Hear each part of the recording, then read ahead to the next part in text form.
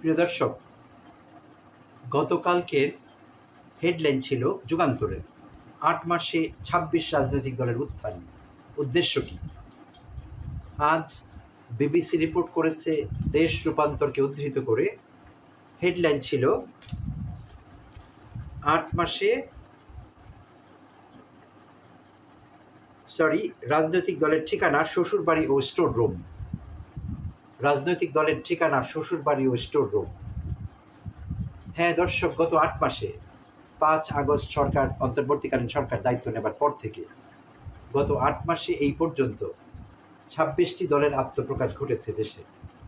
২৬টি রাজনৈতিক দল, এর মধ্যে রয়েছে বৈষম্য বিরোধী ছাত্র আন্দোলনের নতুন দলটি, যা তাও বেশি দিন হয়নি এদের আত্মপ্রকাশ, জাতীয় নাগরিক পার্টি বা এনসিপি। তো এইটি তো আছেই। এর বাইরে গতকালও আরেকটি নতুন দল আত্মপ্রকাশ করল, চিত্রনায়ক ইলিয়াস কাঞ্চনের। আর দলটির নাম হলো জনতার পার্টি বাংলাদেশ। গতকাল হোটেল ইন্টারকন্টিনেন্টালে সাংবাদিকদের উপস্থিতিতে নতুন দলের আত্মপ্রকাশ হল। চেয়ারম্যান হলেন চিত্রনায়ক ইলিয়াস কাঞ্চন, আর মহাসচিব হিসেবে দায়িত্ব পালন করবেন শওকত মাহমুদ, যিনি আমাদের প্রেস ক্লাবের সাবেক সভাপতি এবং বিএনপির একজন ভাইস চেয়ারম্যান শওকত মাহমুদ। এবং ইলিয়াস কাঞ্চন নিজেই সম্ভবত ২৭ সদস্যের একটি অ্যাডহক কমিটির নাম ঘোষণা করেছেন।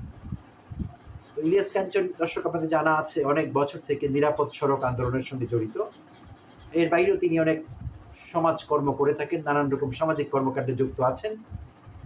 তো এই ছিল ইলিয়াস কাঞ্চনের দল। আর ছাত্রদের দলের কথা তো বললামই, এনসিপি। এর বাইরে আরও ২৪টি দল আত্মপ্রকাশ করেছে বা তাদের আত্মপ্রকাশ ঘটেছে।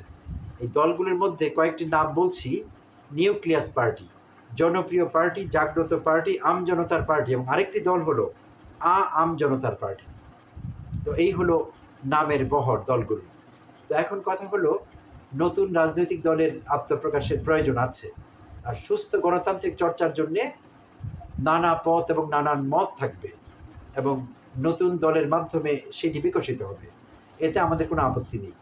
কিন্তু দলগুলোর লক্ষ্য উদ্দেশ্য আসলে কি? তারা কি সত্যিকার অর্থে গণতন্ত্রের বিকাশের জন্যে, সুস্থ গণতান্ত্রিক চর্চার জন্যে, জনসেবা করবার জন্যে, দেশের জন্য কিছু করবার জন্যে রাজনৈতিক দল নিয়ে এসেছেন, নাকি তাদের অন্য কোনো উদ্দেশ্য আছে? তো দেশ রূপান্তরের কথা বলছিলাম। দেশ রূপান্তর কিছু ঘটনা তদন্ত করে দেখেছে। পুরান ঢাকার একটি দলের কথা বলা হয়েছে, যেই দলের নাম হলো বাংলাদেশ প্রবাসী কল্যাণময় পার্টি। নামটি পর্যন্ত ঠিকমতো রাখতে পারেনি প্রিয় দর্শক, ঠিকঠাক যায়নি নামটি, নামকরণটি। তো যাই হোক, এই দলটির কার্যালয় পাওয়া গিয়েছে পুরান ঢাকার একটি স্টোর রুমে। শিপন নামে একজন ভদ্রলোক, তিনি দলের চেয়ারম্যান, শিপন ভূঁইয়া। আর তার এই দল, তার দলের কোনো অফিস নেই, কোনো একটি বিল্ডিংয়ের একটি স্টোর রুমকে তিনি অফিস হিসেবে চালাতে চাচ্ছেন। তিনি বলেছেন ভবিষ্যতে তার অফিস হবে। এই হলো তার দল। আর এর বাইরেও আরেকজনকে পাওয়া গিয়েছে নতুন দলের, ডক্টর সালেউদ্দিন। তার দলের ঠিকানা পাওয়া গিয়েছে তার শ্বশুর বাড়ি। কোনো পার্টি অফিস নেই, কিছু নেই। তো তিনি বলেছেন তার শ্বশুর বাড়িটি তার রাজনৈতিক দল, এবং ভবিষ্যতে এটি অফিস হিসাবে তিনি ব্যবহার করবেন। আর বাকি অনেকের সঙ্গে দেশ রূপান্তরের প্রতিনিধিরা যোগাযোগ করেছে। কারো ফোন নাম্বার বন্ধ পেয়েছে, কারো সাইনবোর্ড নেই, কাউকে পাওয়াই যায়নি প্রদত্ত ঠিকানায়। তো এই হলো দলগুলোর অবস্থা। তো এই যদি হয়, এবং দলের নতুনভাবে নিবন্ধন ২২ জুন পর্যন্ত নিবন্ধনের সময়সীমা বাড়ানো হয়েছে, তো আমরা আশা করছি আগামী দিনগুলোতে আরও অসংখ্য এরকম দলের আবির্ভাব হবে, অসংখ্য দলের আত্মপ্রকাশ ঘটবে। তো এই দলগুলো আসলে কি চাইছে? তো বিশ্লেষকরা বলছেন তো যে এই দলগুলো আসলে আগামী দিনগুলোতে ভোটের রাজনীতিতে জোটের একটি ব্যাপার থাকবে। নানা রকম জোট গঠন করবে রাজনৈতিক দলগুলো, নানা রকম পোলারাইজেশন হবে, মেরুকরণ হবে। আর সেইখানে তারা গুরুত্বপূর্ণ হয়ে উঠতে চাইছে এই দলগুলো, এবং তারা আসলে কিছু আশা করছে। দলভুক্ত হয়ে, জোটভুক্ত হয়ে তারা যদি 2 পয়সা কামাতে পারে, এরকম কোনো উদ্দেশ্য তাদের থাকতে পারে। রাজনৈতিক বিশ্লেষকরা কিন্তু বিষয়টি এইভাবেই দেখছেন। তো আগেই বলেছি, এনসিপি এবং ইলিয়াস কাঞ্চনের যে নতুন দলটি, এই দুটো দলের কথা কিন্তু ভিন্ন। আমি এদেরকে একই পাল্লায় মাপছি না।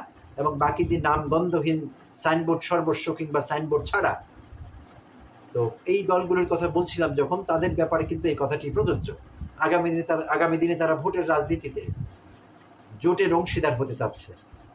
তো এরকম কোনো ব্যাপার আসলে হতে পারে। আর আরেকটি বিষয় এখানে একটু মজার জন্য বলতেই হচ্ছে, আমি খুব মজা পেয়েছি বিষয়টিতে। একটি দলের নাম ছিল আম জনতা পার্টি, আর এই দলটি করেছেন ডেস্টিনির বস রফিকুল আমিন। 12 বছর ডেস্টিনি টি প্লান্টেশন এবং অর্থ পাচারের দায়ে 12 বছর জেল কেটে যিনি সদ্যই বেরিয়ে তিনি একটি দল গঠন করেছেন আম জনতা পার্টি। তো তাকে জিজ্ঞেস করা হয়েছিল বিবিসি বাংলার পক্ষ থেকে তিনি কেন এই দলটি গঠন করলেন, তিনি তো ব্যবসায়ী, হঠাৎ করে রাজনীতিতে তিনি কেন আসলেন। তো তিনি একটি চমৎকার উত্তর দিয়েছেন, আর সেই উত্তরটি হলো 5 আগস্ট পরবর্তী 1 সপ্তাহ ধরে ঢাকার কেন্দ্রীয় কারাগার খালি হচ্ছিল, অর্থাৎ কারাগার থেকে রাজনৈতিক বন্দী বা অন্যান্য অনেক ছোটোখাটো অপরাধে যারা অপরাধ করে সেখানে ছিলেন তারা বেরিয়ে যাচ্ছিলেন। তো রফিকুল আমিনের সামনে দিয়েই নাকি কারাগার খালি হয়ে যাচ্ছিল। তো তিনিও আশা করছিলেন তিনিও ছাড়া পাবেন। তো তিনি যখন ছাড়া পেলেন না, তখন তিনি জেল সুপারের শরণাপন্ন হলেন এবং তাকে জিজ্ঞেস করলেন সবাই বেরিয়ে গেল, আমি কেন বেরোতে পারলাম না। তো জেল সুপার তাকে উত্তর দিয়েছিলেন যে আসলে বাকিদের ব্যাপারটা রাজনৈতিক ছিল, আপনি তো রাজনীতিক নন, আপনি যদি রাজনীতি করতেন তাহলে আপনার ব্যাপারটা ভিন্ন ছিল, আমি আপনাকে বের হতে সাহায্য করতে পারতাম।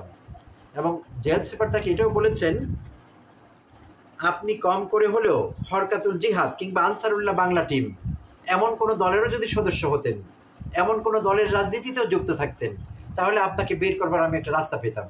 আপনি যেহেতু অরাজনৈতিক ব্যক্তি, তাই আপনাকে বের করবার আমার কোনো সুযোগ নেই। তো এই ছিল ব্যাপারটি।